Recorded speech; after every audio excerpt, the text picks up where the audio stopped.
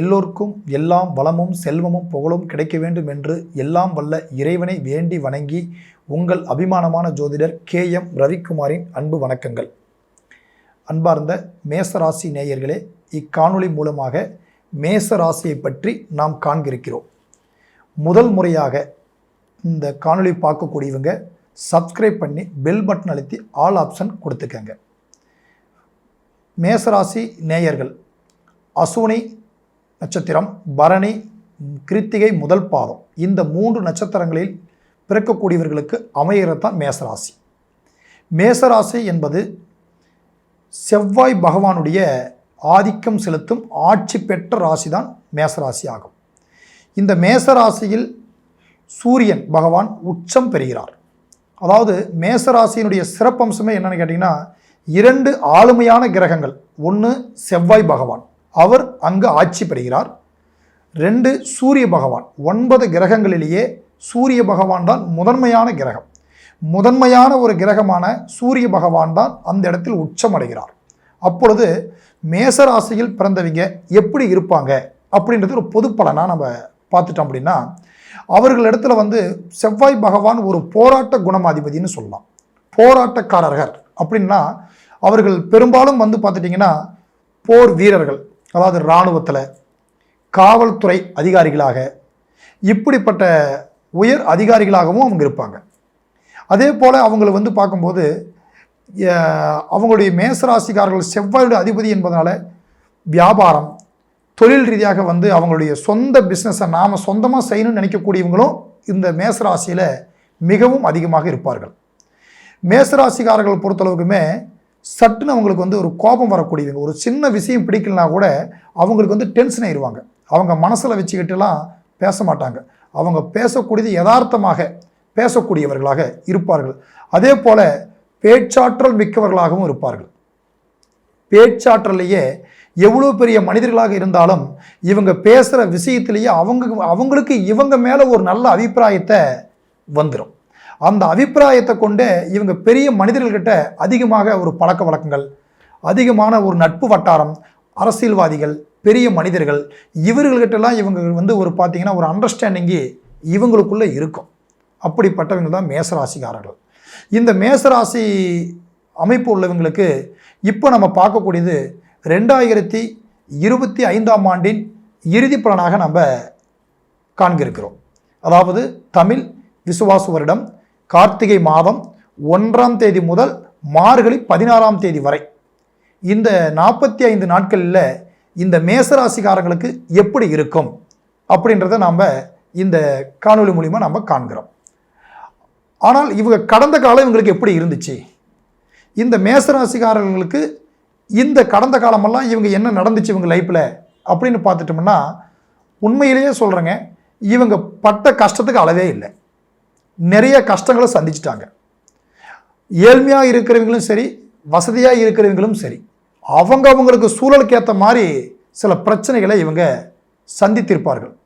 எப்படி சந்தித்திருப்பாங்கன்னு கேட்குறீங்கன்னா, இவங்க பொறுத்தளவுக்குமே ஒருத்தர் நம்புறதுனால, ஃப்ரெண்டுகளால், உறவு முறைகளால் இவங்களுக்கு ஏமாற்றங்கள் இவங்களுக்கு கண்டிப்பாக இவங்க சந்திச்சிருவாங்க. இந்த ஏமாற்றத்துக்கு அதாவது பார்க்கும்போது நாம் நம்பணுமே, நாம் அவங்களுக்காக நல்லதுக்காக போராடணும், நல்லது தான் நம்ம செஞ்சு கொடுத்தோம், அப்படிப்பட்ட நல்லது செஞ்சு கொடுத்தவங்களுக்கும் நல்லதுக்காக நம்ம போராடினவங்களே நம்மளை பழி சொல்கிறாங்க, நம்மளை குறை சொல்கிறாங்களே, இதெல்லாம் எப்படி நம்ம இதை சமாளிக்கிறது அப்படின்ற ஒரு மன அழுத்தமெல்லாம் சில காலத்தில் நீங்கள் சந்திச்சிட்டீங்க.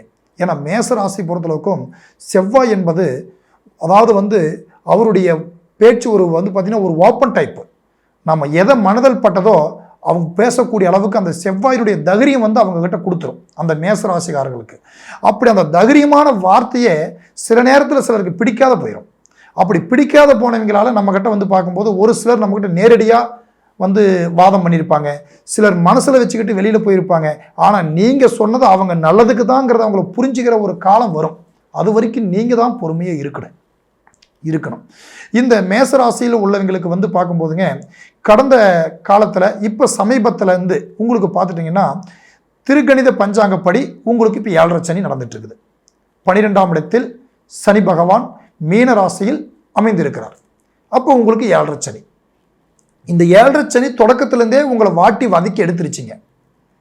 காரணம் உங்களுடையமான ஒரு குடும்ப சூழ்நிலையும் சரி, சுற்றி இருக்கிறவங்களாலையும் சரி, உங்களுக்கு சில மனக்கசப்பு இப்போ சமீபத்தில் நடந்துக்கிட்டே இருக்குது. காரணம் குடும்பத்திலையும் நாம் எதிர்பார்த்த மாதிரி நாம் சொல்கிற வார்த்தைகளுக்கு மதிப்பு கொடுக்க மாட்டேங்கிறாங்களே, நாம் நல்லது தானே சொல்கிறோம், இவங்க ஏன் புரிஞ்சிக்கல அப்படிங்கிற மாதிரி உங்களுக்குள்ள ஒரு காழ்ப்புணர்ச்சியை இந்த 7.5 சனி வந்ததுலேருந்தே உங்களை ஏற்படுத்தி விட்டுரும்.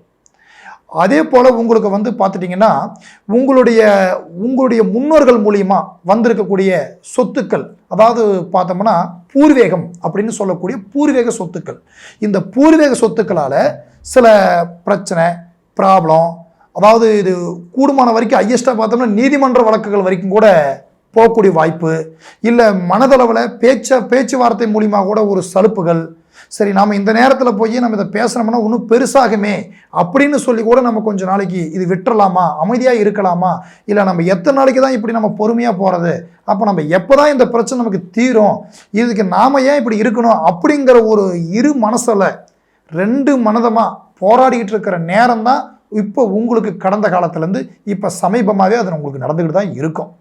ஆனால் அதை பற்றி இப்போ நீங்கள் உங்களுக்கு காண்கக்கூடியது நம்ம என்னன்னா, இப்போ உங்களுக்கு இந்த டைம் எப்படி இருக்குது, இந்த நேரத்தில் நம்மளால் ஒரு சில காரியங்களை செய்ய முடியுமா, நம்ம சாதிக்கிற வாய்ப்புகள் இருக்குதா, இல்லை இந்த கஷ்டம் இப்படியே நம்மளை தொடருமா, இப்படியே நாம் இந்த கஷ்டத்தை நம்மளை என்ன பண்ணு நம்மளை. ஏன்னா இன்னைக்கு அதாவது பெரிய தொழிலதிபராக இருந்தாலும் சரி, ஒரு நிறுவனத்தில் வேலை செய்கிறவங்களாக இருந்தாலும் சரி, இல்லை சொந்தமான முறையில் அவங்க ஏதாவது ஒரு தொழில் செய்து கொண்டிருந்தாலும் சரி, அனைத்து தரப்புக்கும் இப்போ பார்த்துட்டிங்கன்னா இந்த சூழல் இருக்குங்க. அவங்களுக்கு ஸ்டேட்டஸ்க்கு ஏற்ற மாதிரி, அவங்களுடைய சூழலுக்கு ஏற்ற மாதிரி ஒரு பிரச்சனை போயிட்டு தான் இருக்குது இந்த மேசராசிக்காரங்களுக்கு. ஆனால் இந்த மேசராசிக்காரங்களுக்கு மேஷத்தில் இருந்து 4ஆம் இடத்தில் 3ஆம் இடத்தில் இருந்த குரு பகவான் மிதுனத்தில் இருந்து கடகத்திற்கு அதிசாரம் பெற்றிருக்கிறார். 4ஆம் இடத்தில் குரு பகவான் உச்சம் பெறுகிறார், கடகத்தில் உச்சம் பெற்றிருக்கிறார். உச்சம் பெற்ற குரு பகவானோ தனது 5ஆம் பார்வையாக கார்த்திகை தொடக்கத்திலிருந்தே சூரியனும் செவ்வாயும் 2 கிரகங்களும் விருச்சிகத்தில் அமைந்திருக்கிறார்கள். அவர்களை இந்த குரு பகவான் 5ஆம் பார்வையாக பார்க்குறாப்படி. 5ஆம் பார்வையாக பார்க்கும்போது செவ்வாயும் குரு பார்வை அப்படி இருந்துவிட்டால் குரு மங்கள யோகம் என்று அர்த்தம். அதற்கு அவர்களுடைய அதாவது இந்த குரு பார்வையால் 7ஆம் பார்வையாக 10ஆம் இடத்தையும் பார்ப்பதனாலையும் உங்களுக்கு ஏதாவது என்னன்னு கேட்டோம்னா, மனதளவில் இருக்கக்கூடிய பிரச்சனை, நீங்கள் சந்தித்து வந்திருக்கிற குழப்பங்கள், இது எல்லாமே உங்களுக்கு விலகும் நேரம். எப்படி சொல்கிறீங்க, 7.5 சனி வேற ஒரு பக்கம் நடக்குதுங்கிறாங்க, 7.5 சனியே எங்களை கஷ்டப்படுத்துன்னு சொல்கிறாங்க, நீங்கள் எப்படி சொல்கிறீங்கன்னு கேட்டிங்கன்னா, அதாவது 9ஆம் இடத்துல பார்வையாக சனி பகவானையும் குரு பார்க்கிறார். அப்போ அவருடைய தாக்கத்தையும் அவர் குறைக்கிறார். அப்போ இந்த குரு பார்வை 5ஆம் அதிபதியான சூரியனையும் செவ்வாயும் பார்ப்பதனாலையும் உங்களுக்கு இதனால வரைக்கும் நீங்கள் சந்தித்த கஷ்டங்களையும் சந்தித்து வந்த பிரச்சனையில் இருந்தும் விடுபடும் காலம்தான் இந்த 2005ஆம் ஆண்டின் இறுதி பலனாக உங்களுக்கு அமையப்போகுது. உங்களுடைய தொழில் ரீதியாக நீங்கள் பெரிய நிறுவனத்தில் ஒர்க் பண்ணுறவங்களா இருந்தாலும் சரி, இல்லை நீங்கள் ஒரு அரசு அதிகாரிகளாக இருந்தாலும் சரி, யாராக இருந்தாலும் சக ஊழியர்களால் உங்களுக்கு கொஞ்சம் நெருக்கடிகளை கண்டிப்பாக நீங்கள் சந்திச்சிருப்பீங்க. ஆனால் அவங்க உங்களை இப்போ புரிஞ்சுக்கிற காலம் இக்காலம்தான்.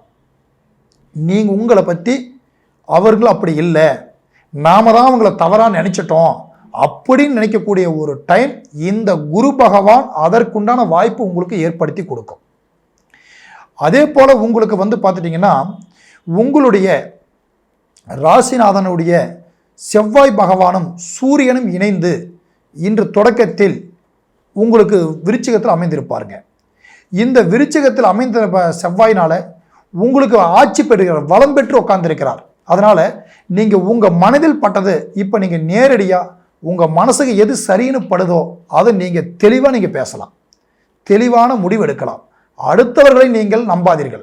அடுத்தவர்கள் உங்களை பலகீனப்படுத்துறதுக்காகவும் சொல்லலாம், அல்லது உங்களுக்கு மனசில் ஒன்று வச்சுக்கிட்டு அவங்க வெளியிலையும் ஒன்று பேசியிருக்கலாம். நீங்கள் அதற்கு முக்கியத்துவம் கொடுக்காதீர்கள். உங்கள் மனசில் என்ன உங்களுக்கு சரின்னு படுதோ அதை கொண்டு நீங்கள் அந்த காரியத்தை வெற்றியாக்கும் முயற்சியை நீங்கள் கண்டிப்பாக நீங்கள் எதிர்பார்க்க வேண்டும். சரி, தொழில் சம்பந்தப்பட்ட வகையில் நாம் இந்த நேரத்தில் நம்ம இருக்கிற தொழில் நமக்கு சரியில்லை, நம்ம கஷ்டப்பட்டுக்கிட்டே இருக்கிறோம், புதுமையாக நம்ம ஏதாவது ஒன்று செய்யலாமான்னு பார்த்தா 7.5 சனின்னு சொல்கிறாங்க, இந்த நேரத்தில் நம்ம ஏதாவது பண்ண முடியுமா அப்படின்ற ஒரு கேள்வி உங்களுக்குள்ளே இருக்கலாங்க.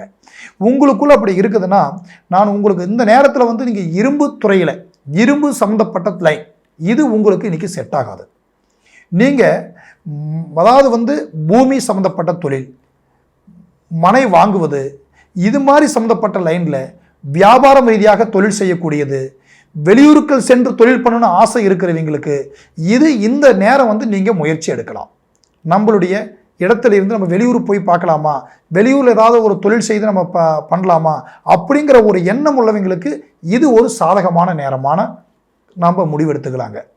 ஆனால் உங்களுடைய டைமில் இப்போ உங்களுக்கு பார்த்துட்டிங்கன்னா இந்த அடுத்தபடியாக திருமணத்துக்காக நாம் எதிர்பார்த்துட்டு இருக்கிறவங்க, காரணம் பார்த்துட்டிங்கன்னா அஸ்வினி நட்சத்திரத்தில் பிறந்தவங்களுக்கு திருமணம் சற்று தாமதமாக தாங்க நடக்கும். திருமணம் நம்ம எதிர்பார்த்த மாதிரி டக்குன்னு அமைக்க முடியலையே அப்படிங்கிற ஒரு வாய்ப்புகள் உங்களுக்கு எதிர்பார்த்துட்டு இருப்பீங்க. அது உங்களுக்கு இப்போ சாதகமாக தான் இருக்கும். இப்போ குரு பார்வை வந்திருப்பதால் குரு 4ஆம் இடத்தில், அதாவது நிலம், வாகனம், பூமி, சுகஸ்தானகம் என்று சொல்லக்கூடிய 4ஆம் இடத்தில் குரு அமைந்திருப்பதால் அப்போ சுகம், மனசுக்கு ஒரு அமைதி கிடைக்கும், குடும்பத்துக்கு ஒரு வாய்ப்பு இருக்குது. நீங்கள் அதுக்குண்டான ஒரு முயற்சி நீங்கள் செய்யுங்க, உங்களுக்கு திருமணம் தடை என்பது உங்களுக்கு நிவர்த்தி ஆகும். அதுக்கான வாய்ப்பு உங்களுக்கு இருக்குது. அதே போல் அடுத்தபடி பார்க்கும்போது பரணியில் பிறந்தவங்களுக்கு பார்த்தீங்கன்னா சற்று, அதாவது திருமணத்தை அமைஞ்சிருந்தாலும் ஆரம்பத்தில் சின்ன சின்ன பிரச்சனைகள், நெருக்கடிகள் இருக்குங்க. அந்த நெருக்கடியும் இப்போ உங்களுக்கு அனுபவத்தால் நீங்கள் கண்டிப்பாக அதை சரி பண்ணிக்கலாம். அதுக்கான வாய்ப்பு இருக்குது, உங்களுக்கு பிரச்சனை இல்லை. கிருத்திகை முதல் பாதத்தில் பிறந்தவங்களுக்கு திருமணத்துக்காக நீங்கள் டக்குன்னு எடுத்துமா கமுத்துமான ஒரு முடிவெடுக்கிற காலம், அருமையான மனைவி யோகம் அமைவாங்க. உங்களுடைய எதிர்காலத்துக்கு ஏற்ற மாதிரி உங்களுக்கு ஒரு பலம் கொடுக்குற மாதிரி, தைரியம் கொடுக்குற மாதிரி உங்களுக்கு நல்ல மனைவியே அமைவாங்க. நீங்கள் அதை பற்றி கவலைப்படாதீர்கள். நீங்கள் தெளிவான முயற்சி எடுங்க. உங்களுக்கு திருமணத்துக்காக இப்போ எதிர்பார்த்துட்டு இருக்கிறவங்க அத்தனை பேருக்கும் இந்த குரு அதிசார பலன் உங்களுக்கு ஒரு நன்மையாக உங்களுக்கு செய்யும் இருக்குங்க. அடுத்தது உங்களுக்கு பார்க்கும்போது உங்களுடைய பலனில் இப்போ வரக்கூடிய ஒரு காலகட்டத்தில் அடுத்தபடியாக நமக்கு முன்னோர்கள் மூலியமா, சொத்துக்கள் மூலியமா கொஞ்சம் பிரச்சனை இருக்குதுன்னு சொன்னீங்க இல்லையா, அதுக்கு இப்போ நம்ம ஏதாவது போராடலாம்னு கேட்டால் நீங்கள் போராட வேண்டாம், உங்களுக்கு வாய்ப்பு தானாக வரும். அந்த வாய்ப்பை நீங்கள் பயன்படுத்திக்கங்க. நீங்கள் போய் முன்மொழிஞ்சு போனீங்க அப்படின்னா அது அவர்களுக்குத்தான் சாதகமாக முடியும். நீங்கள் நடப்பது நன்மைக்காகவே இருக்கட்டும் அப்படின்னு என்று நம்ம தொழில், நம்ம பிஸ்னஸ்ஸு, நம்ம குடும்பம், அவங்களுடைய குடும்பத்தில் உள்ளவங்களுடைய கல்வி, அவங்க எதிர்காலத்தை பற்றி, நம்ம குழந்தைங்களுடைய எதிர்காலம் எப்படி இருக்கும் அதை மட்டும் நீங்கள் சிந்தித்து செயல்பட்டுக்கிட்டு இதை பாட்டில் இது இப்படியே இருக்கட்டும், என்றைக்கு நமக்கு ஒரு நல்ல பதில் கிடைக்குமோன்னு சொல்லிட்டு கம்மன் நீங்கள் அமைதியாக இருந்துட்டாவே உங்களை தேடியே இந்த பிரச்சனை முடிவுக்கு வர காலம் வந்துடும். உங்களுக்கு சாதகமாக தான் முடியும். முதல் உங்களை விட்டு போகவே போகாதுங்க. ஏன்னா வரதுக்கு கொஞ்சம் லேட் ஆகலாம், ஆனால் கண்டிப்பாக வந்தே தீரும். நீங்கள் அதை பற்றி கவலைகள் பட வேண்டாம். ஏன்னா கடந்த காலத்தில் அதற்காக நீங்கள் உறவுகளால், சொந்தங்களால், உங்களுடைய நட்பு வட்டாரத்தால் கடன் பட்டிருப்பீங்க, பொருளாதாரத்தை நீங்கள் இழந்திருப்பீங்க. பொருளாதாரத்து மூலியமாகவும் உங்களுக்கு இப்போ கொஞ்சம் சிரமங்களும் நெருக்கடிகளும் இருக்கும். அந்த நெருக்கடியை நீங்கள் சமாளிக்கிறதுக்கு நீங்கள் போராடுங்க. கண்டிப்பாக நீங்கள் வெற்றி வாய்ப்பு நீங்கள் பெறுவீர்கள். அதற்கான முழுமையான ஒரு பலமும் உண்டு.